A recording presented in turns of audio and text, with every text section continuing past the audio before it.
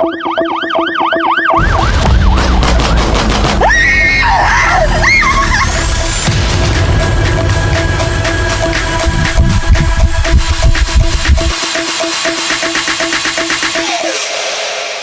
9, 2024 West Bengal, Calcutta.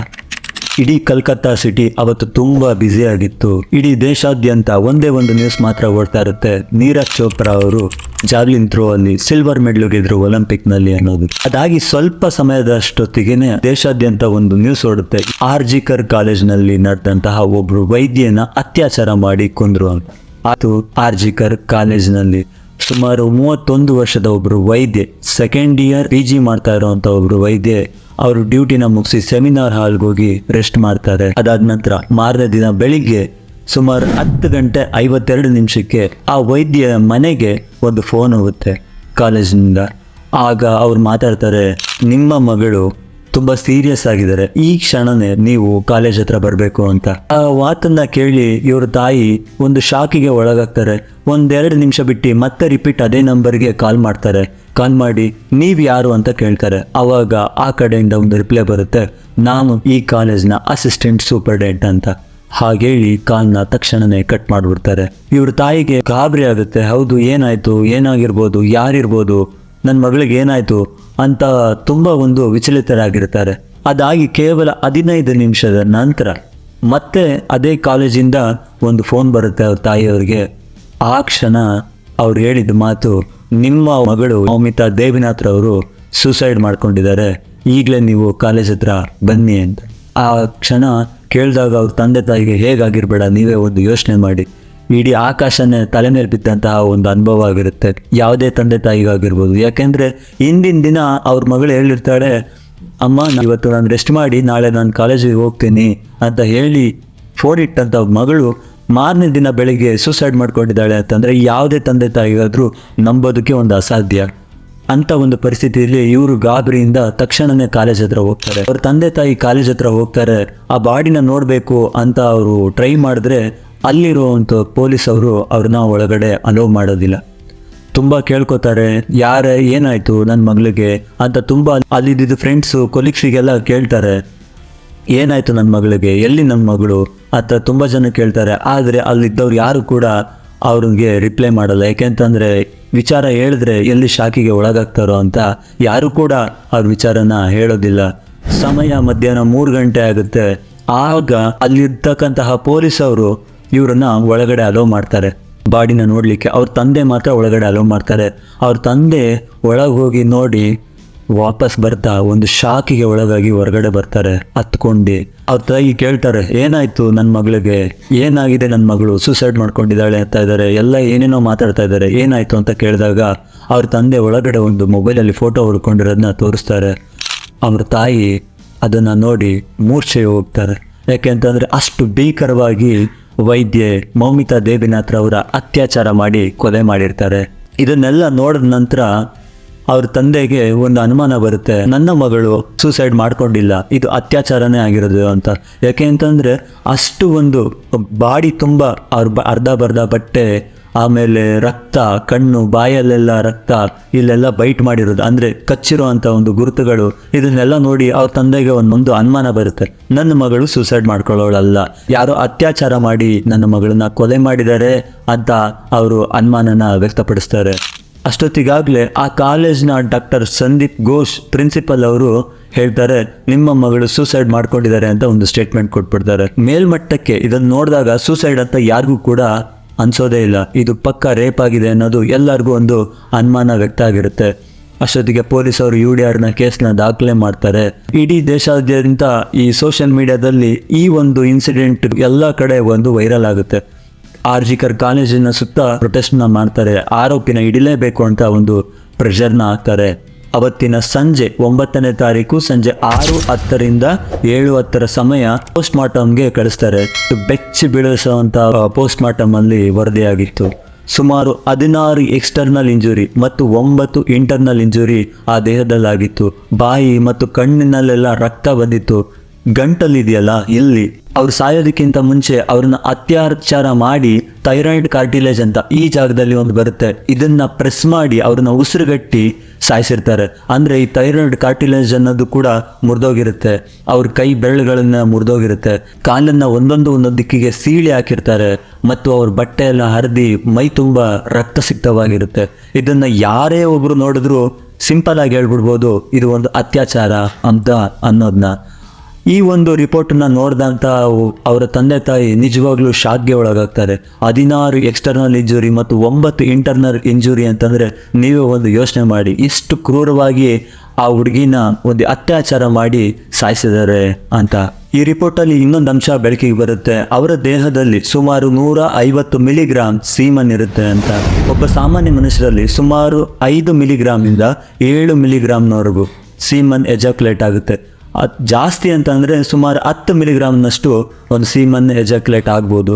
ಆದರೆ ಇವರ ದೇಹದಲ್ಲಿ 150 ಮಿಲಿಗ್ರಾಮ್ನಷ್ಟು ಸೀಮನ್ ಇತ್ತು ಅಂತ ಆ ರಿಪೋರ್ಟು ಹೇಳುತ್ತೆ. ಆವಾಗ ಎಲ್ಲರಿಗೂ ಒಂದು ಡೌಟ್ ಬಂದೇ ಬರುತ್ತೆ ಸಾಮಾನ್ಯವಾಗಿ, ಏನಪ್ಪ ಅಂತಂದರೆ ಅವ್ರ ಮೇಲೆ ಗ್ಯಾಂಗ್ ರೇಪ್ ಆಗಿರ್ಬೋದು ಅನ್ನೋದು ಕೂಡ ಅನುಮಾನ ಪಡ್ತಾರೆ ಅವ್ರ ತಂದೆ ತಾಯಿ ಹಾಗೂ ಡಾಕ್ಟರ್ಸ್. ಯಾಕೆಂತಂದರೆ ಅಲ್ಲಿ ಒಂದು 4-5 ಜನ ಪದೇ ಪದೇ ಅವ್ರನ್ನ ರೇಪ್ ಮಾಡಿ ಸಾಯಿಸಿರ್ಬೋದು. ಹಾಗಾಗಿ ಪ್ರೈವೇಟ್ ಪಾರ್ಟಲ್ಲಿ 150 ಮಿಲಿಗ್ರಾಮ್ನಷ್ಟು. ಆದರೆ ಈ ವಿಚಾರ ಇಡೀ ದೇಶಾದ್ಯಂತ ಸುದ್ದಿಯಾಗೋಕ್ಕೆ ಹೊರಟಾಗ ಎಲ್ಲರೂ ಕೂಡ ಹೇಳ್ತಾರೆ, ಹೌದಾ ಇದನ್ನು ಮತ್ತೆ ಗ್ಯಾಂಗ್ ರೇಪ್ ಆಯ್ತಾ, ದೆಹಲಿಯಲ್ಲಿ ಆದ 2012 ಗ್ಯಾಂಗ್ ರೇಪ್ ಥರನೇ ಇದು ಕೂಡ ಒಂದು ಗ್ಯಾಂಗ್ ರೇಪ, ವೈದ್ಯರಿಗೆ ಒಂದು ಭದ್ರತೆನೇ ಇಲ್ವಾ ಅಂತ ಇಡೀ ದೇಶನೇ ಬೆಚ್ಚಿಬಿದ್ದಿರುತ್ತೆ. ಅದೇ ಸಮಯದಲ್ಲಿ ಡಾಕ್ಟ್ರು ಒಂದು ಹೇಳಿಕೆ ಕೊಡ್ತಾರೆ, ಆ 150 ಮಿಲಿಗ್ರಾಮ್ ಅನ್ನೋದು ಅವ್ರ ದೇಹದಲ್ಲಿರೋ ಸೀಮನ್ ಅಷ್ಟೇ ಅಲ್ಲ, ಅವರ ಒಂದು ಪ್ರೈವೇಟ್ ಪಾರ್ಟಿನ ಒಟ್ಟು ತೂಕ ಅಂತ ಅವ್ರು ಹೇಳ್ತಾರೆ. ಮರುದಿನ ಅಂದರೆ 10 ಆಗಸ್ಟ್ 2024ನೇ ತಾರೀಕು ಸಂಜಯ್ ರಾಯ್ ಅನ್ನೋ ಒಬ್ಬ ಅಕ್ಯೂಸ್ಡನ್ನ ಪೊಲೀಸರು ಬಂಧಿಸ್ತಾರೆ. ಅವನನ್ನ ಅನುಮಾನ ಪಡೋದಕ್ಕೂ ತುಂಬ ಕಾರಣಗಳಿರ್ತವೆ. ಯಾಕೆಂತಂದರೆ ಅವನು ಅಲ್ಲಿ ಸೆಲ್ಫ್ ವಾಲಂಟಿಯರ್ ಆಗಿ ಕೆಲಸ ಮಾಡ್ತಾ ಇರ್ತಾನೆ. ಅವತ್ತಿನ ರಾತ್ರಿ ಆ ಸೆಮಿನಾರ್ ಹಾಲ್ಗೆ ಹೋದಂಥ ಒಂದು CCTV ಫುಟೇಜ್ ಕೂಡ ಪೊಲೀಸರಿಗೆ ದೊರಕುತ್ತೆ. ಹಾಗಾಗಿ ಸಂಜಯ್ ರಾಯ್ನ 10ನೇ ತಾರೀಕು ಬೆಳಿಗ್ಗೆ ಪೊಲೀಸರು ಬಂಧನ ಮಾಡ್ತಾರೆ. ಅಷ್ಟೊತ್ತಿಗಾಗಲೇ ಇಡೀ ಕಲ್ಕತ್ತಾ ಹೊತ್ತಿ ಉರಿದಿತ್ತು. ಎಲ್ಲ ಕಡೆ ಪ್ರೊಟೆಸ್ಟ್ ಮಾಡ್ತಾ ಇದ್ರು. ಇಡೀ ದೇಶಾದ್ಯಂತ ಡಾಕ್ಟರ್ಸು ಮತ್ತು ನರ್ಸ್ಗಳು ಆಸ್ಪತ್ರೆಯನ್ನು ಮುಚ್ಚಿ ಪ್ರೊಟೆಸ್ಟ್ನ ಮಾಡ್ತಾ ಇದ್ರು. ಆರ್ಜಿಕರ್ ಕಾಲೇಜಿನ ಮೇಲೆ ಕಲ್ಲು ತೂರಾಟಗಳು ನಡೀತು. ಪೊಲೀಸರು ಲಾಠಿ ಚಾರ್ಜ್ ಕೂಡ ಮಾಡಿದ್ರು. ಈ ಒಂದು ಘಟನೆ ಇಡೀ ದೇಶಾದ್ಯಂತ ಅಷ್ಟೇ ಅಲ್ಲ, ವಿದೇಶದಲ್ಲೂ ಕೂಡ ಒಂದು ಪ್ರತಿಭಟನೆ ಕಾವೇರಿತ್ತು. ಯಾಕೆ ಅಂತಂದ್ರೆ ವೈದ್ಯೆ ಮೌಮಿತಾ ದೇಬಿನಾಥ್ ಅವರ ಅತ್ಯಾಚಾರ ಅಷ್ಟು ಕಡೂರವಾಗಿತ್ತು ಅಂತ ಹೇಳ್ಬೋದು.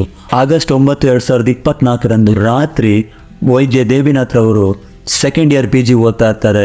ಅವರು ಅವತ್ತು ನೈಟ್ ಡ್ಯೂಟಿ ಅವ್ರ ಕಲೀಗ್ಸ್ ಜೊತೆ ಇರುತ್ತೆ. ನೈಟ್ ಡ್ಯೂಟಿ ಶಿಫ್ಟ್ನ ಮುಗಿಸಿ ಅವ್ರ ಕಲೀಗ್ಸ್ ಜೊತೆ ಊಟ ಮಾಡಿ ನಂತರ ಸೆಮಿನಾರ್ ಹಾಲ್ಗೆ ರೆಸ್ಟ್ ಮಾಡಲಿಕ್ಕೆ ಅಂತ ಬರ್ತಾರೆ.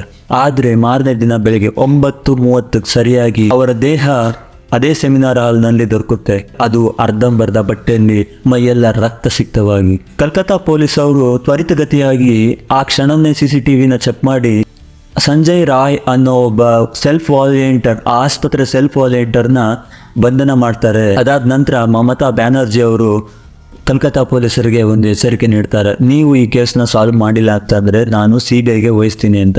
ಅದೇ ರೀತಿಯಾಗಿ ಕಲ್ಕತ್ತಾ ಹೈಕೋರ್ಟು ಆಗಸ್ಟ್ 13ನೇ ತಾರೀಕು CBIಗೆ ಈ ಕೇಸ್ನ ವರ್ಗಾವಣೆ ಮಾಡ್ತಾರೆ. ಈ ಘಟನೆಯ ಪ್ರತಿಭಟನೆಯ ಕಾವು ಇಡೀ ದೇಶಾದ್ಯಂತ ತೀವ್ರ ಆಗ್ತಿದ್ದಾಗೆ ಡಾಕ್ಟರ್ ಸಂದೀಪ್ ಘೋಷ್ ಕೊಟ್ಟಿದ್ದ ಹೇಳಿಕೆ ಒಂದು ತಪ್ಪು, ಅವರು ಸೂಸೈಡ್ ಮಾಡ್ಕೊಂಡಿದ್ದಾರೆ ಅಂತ ಹೇಳಿಕೆ ಕೊಟ್ಟಿರ್ತಾರೆ. ಅದನ್ನ ವಿರುದ್ಧವಾಗಿ ಇಡೀ ದೇಶಾದ್ಯಂತ ಪ್ರತಿಭಟನೆ ಆಗುತ್ತೆ. ಹಾಗೂ ಡಾಕ್ಟರ್ ಸಂದೀಪ್ ಘೋಷ್ ಅವರು ಆ ಕಾಲೇಜಿನ ಪ್ರಿನ್ಸಿಪಲ್ ಸ್ಥಾನದಿಂದ ರಾಜೀನಾಮೆ ಆಗ್ತಾರೆ. ರಾಜೀನಾಮೆ ಆಗಿ ಕೆಲವೇ ಒಂದು ಸಮಯದಲ್ಲಿ ಅವರು ಕಲ್ಕತ್ತಾ ರಾಷ್ಟ್ರೀಯ ವೈದ್ಯಕೀಯ ಕಾಲೇಜಿನ ಪ್ರಿನ್ಸಿಪಲ್ ಆಗಿ ನೇಮಕಗೊಂಡ್ತಾರೆ. ಇದು ಉದ್ರಿಕ್ತರ ಗುಂಪನ್ನ ಇನ್ನಷ್ಟು ಕೇಳಿಸುತ್ತೆ. ಯಾಕೆ ಅಂತ ಅಂದ್ರೆ ಆ ಕ್ಷಣಕ್ಕಿನ್ನೂ ಅವರು ರಾಜೀನಾಮೆ ಕೊಟ್ಟು ತಕ್ಷಣನೇ ಕಲ್ಕತ್ತಾ ರಾಷ್ಟ್ರೀಯ ಒಂದು ವಿಶ್ವವಿದ್ಯಾಲಯಕ್ಕೆ ಅವರು ಪ್ರಿನ್ಸಿಪಲ್ ಆಗ್ತಾರೆ ಅಂತ ಅಂದ್ರೆ ಏನಂತ ಹೇಳ್ಬೇಕು ಅನ್ನೋದೇ ಇದನ್ನ ಗೊತ್ತಾಗ್ತಾ ಇಲ್ಲ. ಅದರ ವಿರುದ್ಧವಾಗಿ ಕೋರ್ಟ್ ಕೂಡ ಚಾಟಿ ಏಟು ಬೀಸುತ್ತೆ ಸರ್ಕಾರಕ್ಕೆ. ಇವಾಗ ಇನ್ನೂ ರಾಜೀನಾಮೆ ಕೊಟ್ಟಿದ್ದಾರೆ, ತಕ್ಷಣವೇ ಅವರನ್ನ ಕಲ್ಕತ್ತಾ ರಾಷ್ಟ್ರೀಯ ವಿಶ್ವವಿದ್ಯಾನಿಲಯಕ್ಕೆ ಪ್ರಿನ್ಸಿಪಲ್ ಆಗಿ ನೇಮಕ ಮಾಡುವಂಥ ಅವಶ್ಯಕತೆ ಏನಿತ್ತು ಅಂತ, ಹಾಗೂ ಅವರನ್ನ ರಜೆ ಮೇಲೆ ತೆರಳಲು ಕೋರ್ಟ್ ಆದೇಶ ನೀಡುತ್ತೆ. ಆಗಸ್ಟ್ 18ನೇ ತಾರೀಕು ಸುಪ್ರೀಂ ಕೋರ್ಟು ಸ್ವಯಂ ಪ್ರೇರಿತವಾಗಿ ಸುಮೋಟೋ ಕೇಸ್ನ ದಾಖಲೆ ಮಾಡಿಕೊಂಡು ಈ ಪ್ರಕರಣವನ್ನು ತ್ರಿಸದಸ್ಯ ಪೀಠರಾಗಿರತಕ್ಕಂತಹ DY ಚಂದ್ರಚೂಡ್ ಅವರ ನೇತೃತ್ವದಲ್ಲಿ ಇದರ ವಿಚಾರಣೆಯನ್ನ ಮಾಡ್ತಾರೆ ಮತ್ತು CBI ಅವರು ಈ ವಿಚಾರಣೆಯನ್ನ ಇನ್ನಷ್ಟು ತ್ವರಿತಗೊಳಿಸಲು ಪಾಲಿಗ್ರಾಫ್ ಟೆಸ್ಟ್ ನ ಮಾಡ್ತಾರೆ. ಪಾಲಿಗ್ರಾಫ್ ಟೆಸ್ಟ್ ಅಂತಂದ್ರೆ ಲೈ ಡಿಟೆಕ್ಟರ್ ಟೆಸ್ಟ್ ಅಂತ ಹೇಳ್ತಾರೆ. ಇದರಲ್ಲಿ ಒಟ್ಟು 6 ಜನರನ್ನ ಲೈ ಡಿಟೆಕ್ಟರ್ ಟೆಸ್ಟ್ ನ ಮಾಡಲು ಅನುಮತಿಯನ್ನ ಕೋರ್ಟ್ನಲ್ಲಿ ಕೇಳ್ತಾರೆ ಹಾಗೂ ಕೋರ್ಟ್ ಇದಕ್ಕೆ ಪರ್ಮಿಷನ್ ಕೊಡುತ್ತೆ. ಆ 6 ಜನ ಯಾರಪ್ಪ ಅಂತ ಅಂದ್ರೆ, ಮೊದಲನೇದು ಆರೋಪಿ ಸಂಜಯ್ ರಾಯ್, ಮತ್ತೆ ಆ ಕಾಲೇಜಿನ ಪ್ರಿನ್ಸಿಪಲ್ ಆದಂತ ಡಾಕ್ಟರ್ ಸಂದೀಪ್ ಘೋಷ್ ಮತ್ತು ಆ ದಿನ ರಾತ್ರಿ ಅವರ ಜೊತೆ ಕರ್ತವ್ಯ ನಿರ್ವಹಿಸತಕ್ಕಂತ 4 ಕಲೀಗ್ಸ್ ಏನಿರ್ತಾರಲ್ಲ ಆ 4 ಜನರನ್ನು ಕೂಡ ಲೈ ಡಿಟೆಕ್ಟರ್ ಟೆಸ್ಟ್ ನ ಮಾಡಲು ಕೋರ್ಟ್ ಅನುಮತಿ ಕೊಡುತ್ತೆ. ಇದಾದ ನಂತರ ಆರೋಪಿ ಸಂಜಯ್ ರಾಯ್ಗೆ ಕೋರ್ಟ್ 14 ದಿನಗಳ ಒಂದು ಜುಡಿಷಿಯಲ್ ಕಸ್ಟಡಿಯನ್ನ ವಿಧಿಸುತ್ತೆ, ಅಂದ್ರೆ ನ್ಯಾಯಾಂಗ ಬಂಧನನ ವಿಧಿಸುತ್ತೆ ಕೋರ್ಟು. ಈ ಘಟನೆಯಿಂದ ದೇಶವ್ಯಾಪಿ ಪ್ರತಿಭಟನೆಗಳು ನಡೀತಾ ಇರುತ್ತೆ. ತೃಣಮೂಲ ಕಾಂಗ್ರೆಸ್ TMC ಏನಿದೆಯಲ್ಲ ಅದರ ಒಂದು ನಾಯಕಿ ಮಮತಾ ಬ್ಯಾನರ್ಜಿ ಅಂದ್ರೆ ಕಲ್ಕತ್ತಾದ CM ಇದಾರಲ್ಲ ಅವರೇ ಈ ಘಟನೆಗಳಿಗೆಲ್ಲ ಕಾರಣ ಅಂತ ಪ್ರತಿಪಕ್ಷಗಳು ಕೂಡ ವಾದ ವಿವಾದಗಳನ್ನ ಮಾಡ್ತಾ ಇರುತ್ತೆ.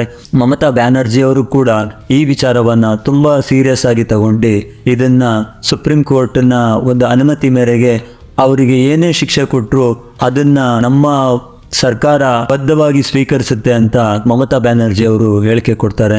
ಈ ಘಟನೆಯ ವಿರುದ್ಧವಾಗಿ ಋತಿಕ್ ರೋಷನ್, ಆಲಿಯಾ ಭಟ್, ಸೌರವ್ ಗಂಗೂಲಿ ಮತ್ತು ಮೊಹಮ್ಮದ್ ಸಿರಾಜ್ ಇನ್ನೂ ಅನೇಕ ಸೆಲೆಬ್ರಿಟಿಗಳು ಈ ಒಂದು ಮೌಮಿತಾ ದೇವಿನಾಥ್ ರವರ ಅತ್ಯಾಚಾರದ ವಿರುದ್ಧವಾಗಿ ತಮ್ಮ ಸೋಷಿಯಲ್ ಮೀಡಿಯಾಗಳಲ್ಲಿ ನ್ಯಾಯಕ್ಕಾಗಿ ಒಂದು ಪೋಸ್ಟ್ಗಳನ್ನ ಹಾಕ್ತಾರೆ. ಇನ್ನು ಕಲ್ಕತ್ತಾದಲ್ಲಿ ಹೋರಾಟಗಳು, ಧರಣಿಗಳು ನಡೀತಾನೆ ಇದ್ದಾವೆ. ನಿರ್ಭಯ ಹತ್ಯೆಯ ಅಪರಾಧಿಗಳಿಗೆ ಶಿಕ್ಷೆ ಆಗೋಕ್ಕೆ ಒಟ್ಟು 8 ವರ್ಷಗಳು ತಗೊಳ್ತು. ಆದರೆ ನಮ್ಮ ಕಲ್ಕತ್ತಾದ ಮೌಮಿತಾ ದೇವಿನಾಥ್ ರವರ ಅತ್ಯಾಚಾರದ ಅಪರಾಧಿಗಳಿಗೆ ಅಷ್ಟು ವರ್ಷ ತಗೊಳ್ಳೋದು ಬೇಡ, ತ್ವರಿತಗತಿಯಾಗಿ ಬೇಗ ಒಂದು ವಿಚಾರಣೆ ನಡೆಸಲಿ ಮತ್ತು ಅವರಿಗೆ ತಕ್ಕ ಒಂದು ಶಿಕ್ಷೆ ಆಗಲಿ ಅಂತ ತಂದೆ ತಾಯಿಗೆ ಅವರ ಮಗಳನ್ನು ಕಳ್ಕೊಂಡಂತಹ ನೋವು ಅಪಾರವಾಗಿರುತ್ತೆ. ಅದನ್ನು ಭರಿಸುವಂಥ ಶಕ್ತಿನ ದೇವ್ರು ನೀಡಲಿ ಅಂತ ಇಡೀ ದೇಶಾದ್ಯಂತ ಪ್ರಾರ್ಥನೆಗಳನ್ನು ಮಾಡ್ಕೋತಾ ಇದ್ದಾರೆ. ತಕ್ಷಣ ಈ ವೈದ್ಯ ಅತ್ಯಾಚಾರಿಯ ಅಪರಾಧಿಗಳಿಗೆ ಶಿಕ್ಷೆ ಆಗಲಿ ಅನ್ನೋದು ನನ್ನ ಆಶಯ. ಧನ್ಯವಾದಗಳು.